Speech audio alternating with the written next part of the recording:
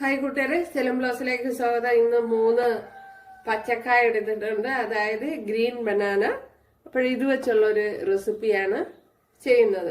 ഇതെങ്ങനെയാണ് തയ്യാറാക്കണേന്ന് നോക്കാം. ഇത് വെച്ചൊരു സ്റ്റൂ തയ്യാറാക്കാം. ഇതൊന്ന് കഴുകി എടുത്തെന്ന് വന്നിട്ടുണ്ട്. ഇതിനെ ഒന്ന് 3 ഇവിടെ കുറച്ച് വെള്ളം വെച്ച് കൊടുത്തിട്ടുണ്ട്.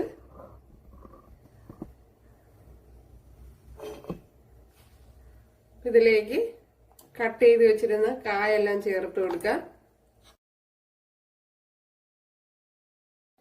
ഇതിലേക്ക് ഇവിടെ ഓയിൽ ചേർത്ത് കൊടുത്തിട്ടുണ്ട്. ഇതിലേക്ക്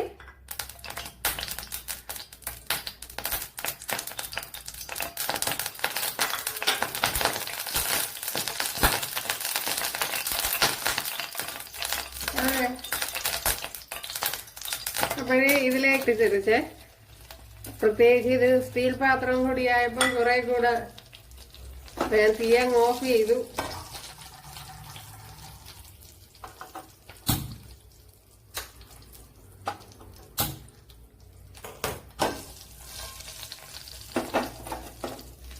ഇനി ഇതിലേക്ക് ഒരു സവാള ഇതുപോലെ നൈസായിട്ട് അരിഞ്ഞെടുത്തിട്ടുണ്ട്, അതും കൂടെ ചേർത്ത് കൊടുക്കുക.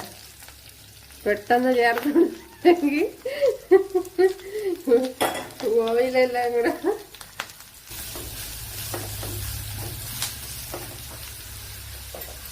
ഇനി സവാള പെട്ടെന്നൊന്ന് വഴണ്ടി വരാൻ കുറച്ച് ഉപ്പൂടെ ചേർത്ത് കൊടുക്കാം.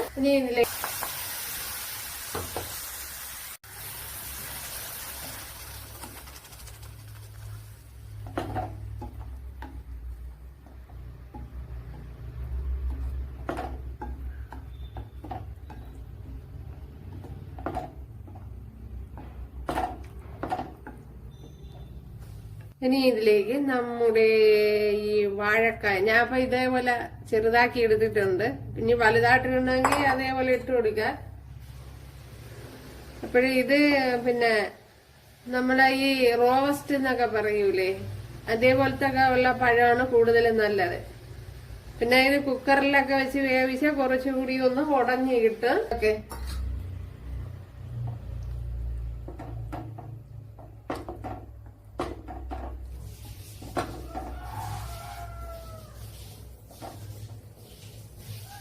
അടിപൊളി.